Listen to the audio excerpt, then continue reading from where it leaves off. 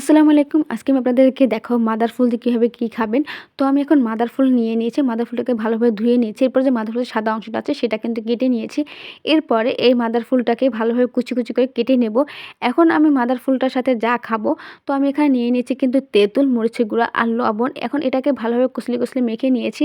এরপর এখানে দিয়ে দেব শুকনো মরিচ আর সাথে দিয়ে দেব কিন্তু তেল, মরিচ এগুলো দিয়ে ভালোভাবে মেখে নেব। এভাবে মেখে তেঁতুল খেলে কিন্তু সেই রকমভাবে মজা।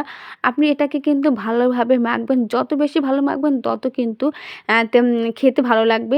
তো আমি এরকমভাবে মেখে নিয়েছি। এভাবে মেখে তারপরে খেয়েছি। খুবই ভালো লেগেছে। এখানে কিন্তু আমি একটু চিনি এড করেছি। চিনি এড করার কারণে একটু আরেকটা স্বাদটা ভালো লাগবে।